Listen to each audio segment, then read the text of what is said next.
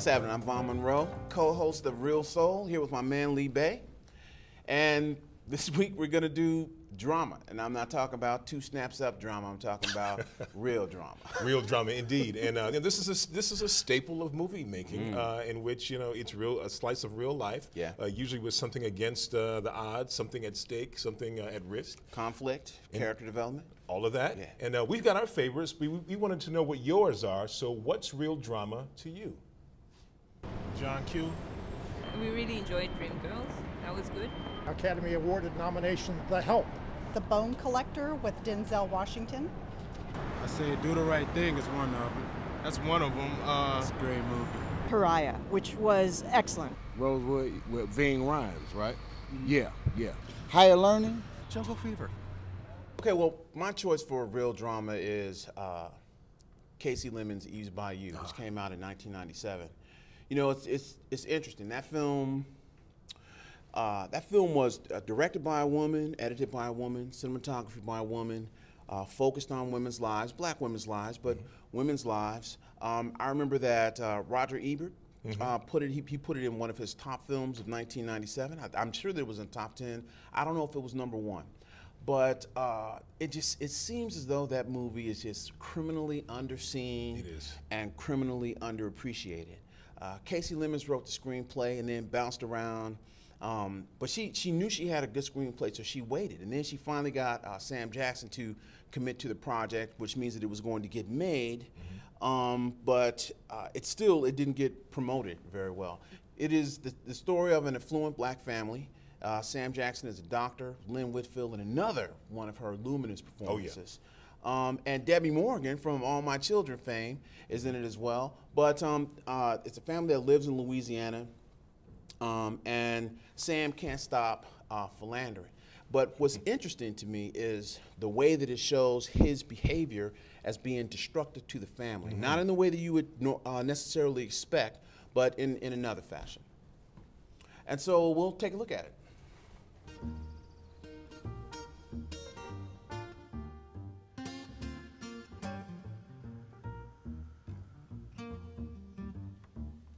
Your lungs are clear as a bell, Stevie. I think you're going to live.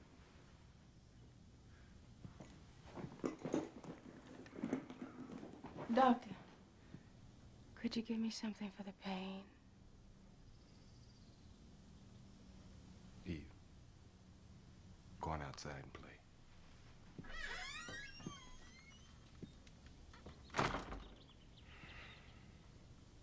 What pain is that, Stevie?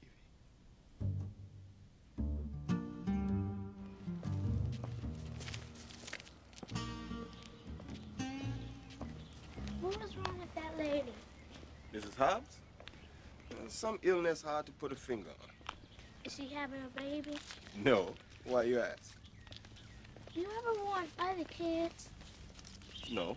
Your mom and I are perfectly happy with the 3 kids we got. No, I mean other kids. Besides us.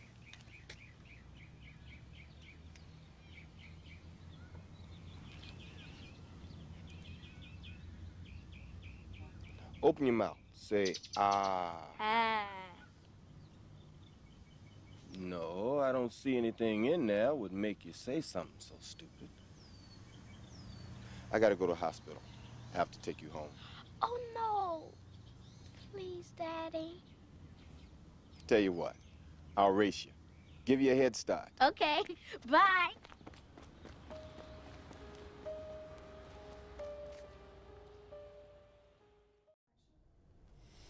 It's a great scene, and Samuel Jackson, that line that he says about he couldn't quite put his finger on was kind of. I suspect that he did. I think he did. Well, you also see Jurnee Smollett, the little girl there, who also is another overlooked and underrated actress. Yes. This should have been a breakout role for her, and it led to some good things, but not nearly the stardom that it has for other actresses who have played roles like this as a child. And you mentioned Debbie Morgan. Debbie Morgan, I think, in this film gives close to an Oscar-worthy performance, particularly in there's one scene in which she recounts a tale without giving away too much, and she does it in a mirror. And just the talent of her and of Kasi Lemmons, the director, and sort of using that mirror to draw you into a story that's told, it's just fantastic work. You know, what's interesting is when I talk to my cinema students often, I say that many of the advances in film technique have come when someone is trying to capture memories, right? And so it's not there's the Pawnbroker film with Rod Steiger. Oh, sure. There's Hiroshima Mon Amour. I mean, just there's and other films similar to that. But as people try, and it's like, how am I going to develop the cinematic technique to show memory? And she is astonishingly successful at being able to do that in a way that's really interesting and unique. Often, when films of this type are talked about, one of the reasons that people say, I don't go see black films, is the argument is that they don't measure up with respect to the craft. But this movie, and many other movies that we've been talking about, actually puts the lie to that. No, it really does. I mean, just the sort of tracking shot across the water at the beginning of the film, and just tons of good stuff there. Yeah, fantastic writing too. Well, my favorite drama is, I go back a little bit, back to the 60s once more, to the late 60s, to a movie from 1968 called Uptight. Now, this is an interesting movie in that it's seldom seen. It's by Jules Dassin, a Jewish director, and it's a remake of The Informer, which was set in Ireland in the, I think, the 30s, and this kind of recasted in the 1960s urban America. And what's interesting about this film is that it's filmed literally right after Martin Luther King's assassination. And it's about, essentially, without giving away too much, it's about two friends, and one, to save his family, informs on the other, and the other is part of the sort of black nationalist kind of revolutionist movement going on at the time. The clip that we're going to see now is interesting because it pits sort of two sides of black America. It pits the sort of Dr. King kind of, let's work with the process and see what we can do, with the very angry revolutionaries who, again, are very much aware of what happens to the leader of the nonviolent movement. So let's take a look. Damn, I've known you since you were a baby. I don't recognize you anymore. You can't. I'm off my knees now. I like my man with a gun. Janie, the nonviolent program is dead. Killed by white violence, April 4th, 1968 in Memphis.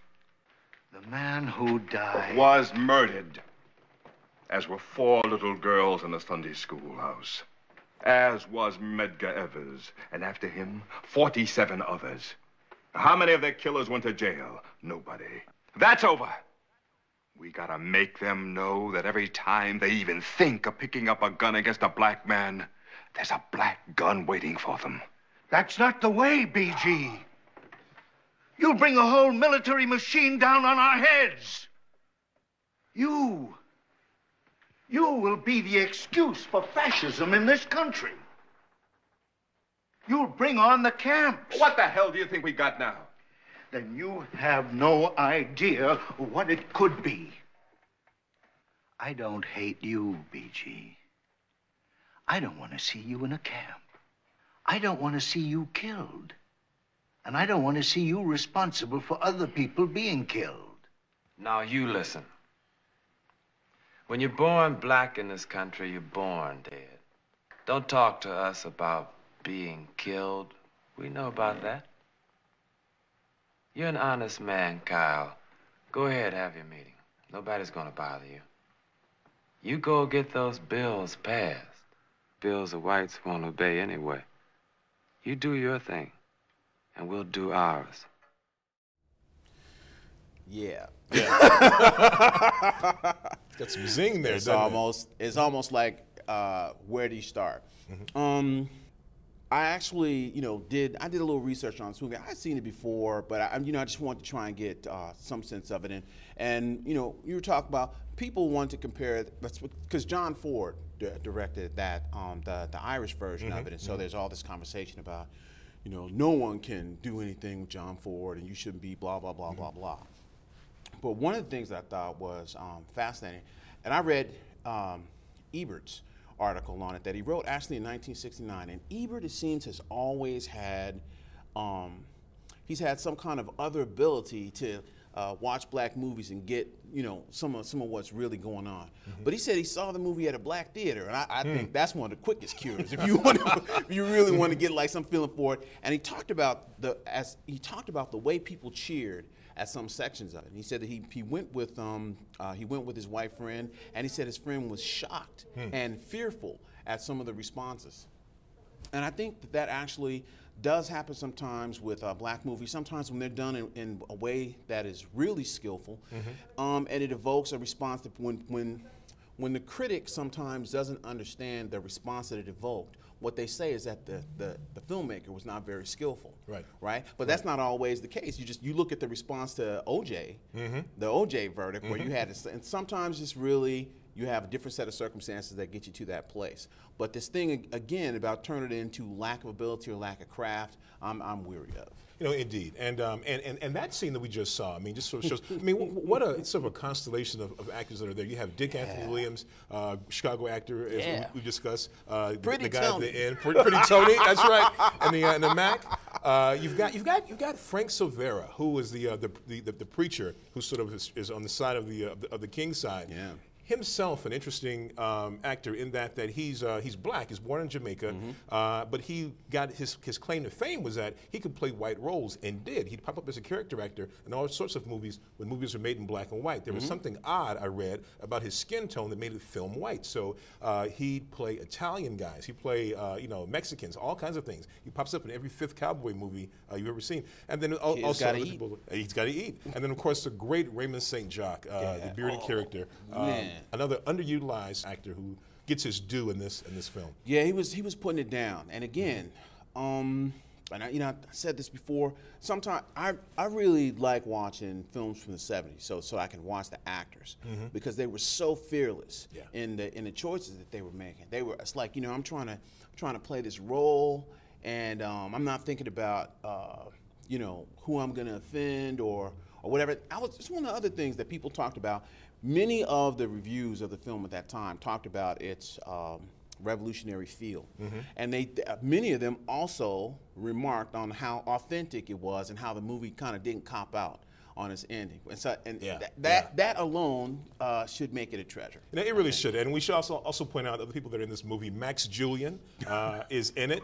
He plays the revolutionary who's caught in the switches there. Ruby Dee shows up a little bit in there.